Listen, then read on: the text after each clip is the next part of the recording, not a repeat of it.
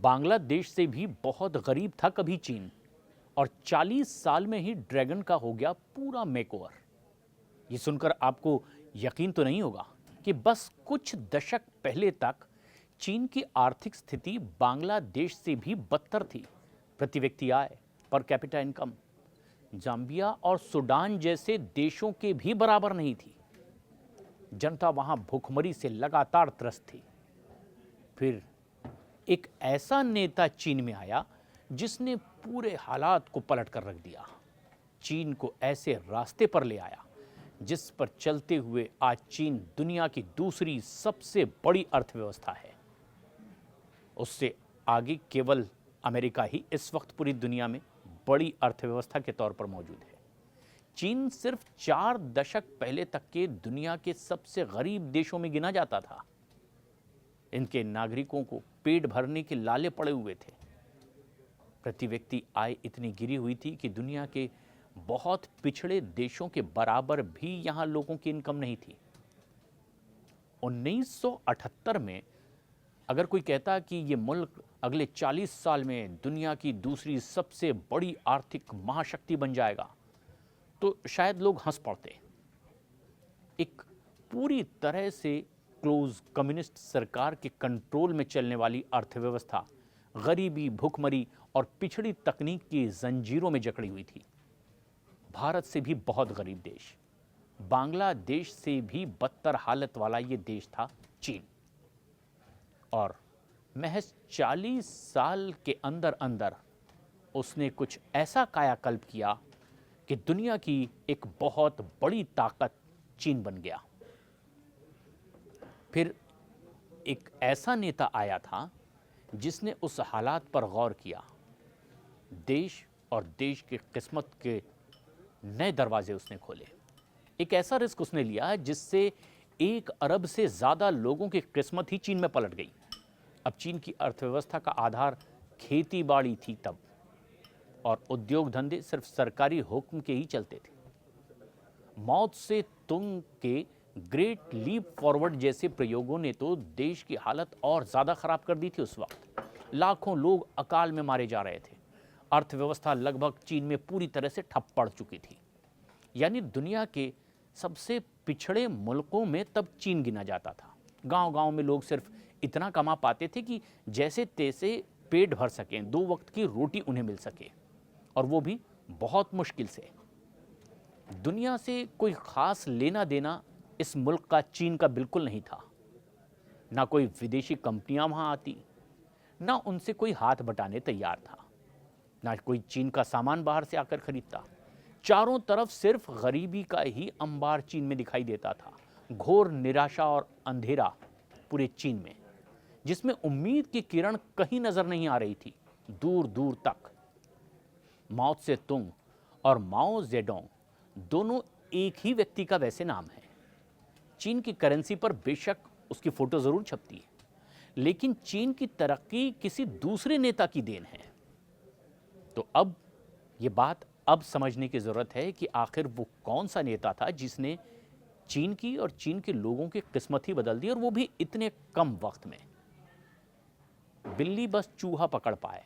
माओ त्से तुंग की मृत्यु के बाद 1978 में देश की कमान संभालने वाला बस यही नारा दे रहा था, देंग शाओपिंग। देंग एक पुराने अनुभवी कम्युनिस्ट नेता थे, लेकिन उनकी सोच बिल्कुल नई थी। एक मीटिंग में उन्होंने अपने साथियों को समझाया कि इससे कोई फर्क नहीं पड़ता कि बिल्ली काली है या सफ़ेद। अगर वो चूहे को पकड़ सकती है तो वो एक बहुत ही चतुर, चालाक और तेज शिकारी बिल्ली है। इस एक लाइन ने चीन की पूरी सोच को ही बदल कर रख दिया, और देश इसी लाइन पर चल पड़ा। इसका मतलब था कि अब देश को सिर्फ कम्युनिस्ट विचारधारा से नहीं, बल्कि नतीजों से मतलब होगा। अगर बाजार खोलेंगे, प्राइवेट कंपनियों को बढ़ावा देंगे, तो गरीबी दूर होगी, और यही फिर किया जाएगा। उनका पहला संघर्ष लोगों की सोच बदलने का था, और ये यकीन दिलाना था कि सरकारी नियंत्रण में सब कुछ रहने की बजाय अपनी मेहनत से, बाजार की ताकत पर भरोसा करके हम तरक्की कर सकते हैं। डेंग शाओपिंग ने जो पहला बड़ा कदम उठाया वो कदम था, उन्होंने चीन के दक्षिणी तट पर कुछ जगहों पर स्पेशल इकोनॉमिक जोन घोषित कर दिया, सेन जोन। और ऐसे में एक ये ऐसा इलाका बना जहां तेजी से तरक्की हुई। उस समय की छोटा सा मछुआरों का गांव हुआ करता था। ये सेज किसी प्रयोगशाला से कम नहीं था, जैसे लैब में कोई जबरदस्त कामयाबी का फॉर्मूला तैयार किया जा रहा हो। यहां बाजार के नियम लागू किए गए, विदेशी कंपनियों को आने और फैक्ट्रियां लगाने की खुली छूट इस गांव में दी गई। उन्हें टैक्स में भी भारी छूट दी गई, जमीन आसानी से इन कंपनियों को उपलब्ध करवाई गई। कृषि में हुए बदलाव से यहां चीन की इस इलाके की किस्मत ही पलट गई और इसकी यात्रा यहीं से शुरू हुई। डेंग शियाओपिंग ने सबसे पहले कृषि में बदलाव किए, किसानों को आज़ादी दी गई, सरकार को तय मात्रा में अनाज देने के बाद बचा हुआ अनाज ये बाजार में बेच सकते थे और इसे हाउस होल्ड रिस्पॉन्सिबिलिटी सिस्टम कहा गया। और इस छोटे से बदलाव ने किसानों को पहली बार मेहनत का सीधा फल दिया। लोग उत्साहित हुए कि मेहनत से तो जबरदस्त तरक्की का रास्ता खुल सकता है और जो रास्ता अब सरकार ने दिखाया है वो तो तेजी से तरक्की का रास्ता है। नतीजा शानदार था। देश में अनाज का उत्पादन अचानक बढ़ने लगा क्योंकि लोगों को जबरदस्त प्रोत्साहन मिला। लाखों लोग भूखमरी के चंगुल से बाहर आ गए, खाने की कमी दूर हो गई। लोगों की दूसरी चीजों पर भी अब फोकस करना शुरू कर दिया क्योंकि अच्छे से पेट भर रहा था, आवक ज्यादा हो रही थी। लेकिन चीन की असली ताकत बनी उसकी दुनिया की फैक्ट्री, यानी कि फैक्ट्री ऑफ द वर्ल्ड बनने की रणनीति।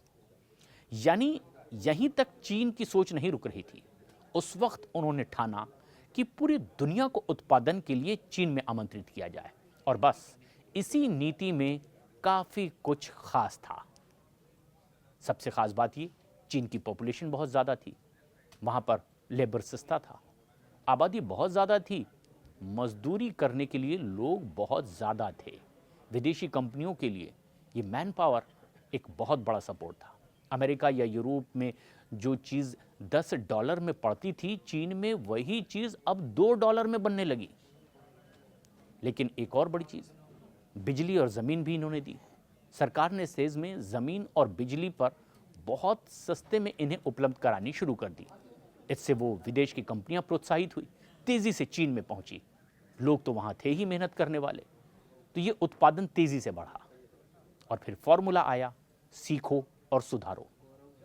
विदेशी कंपनियां जब चीन में फैक्ट्रियां लगा रही थी तो वो सिर्फ पैसा नहीं बल्कि नई तकनीक और मैनेजमेंट के तरीके लेकर भी आ रही थी चीन में ही।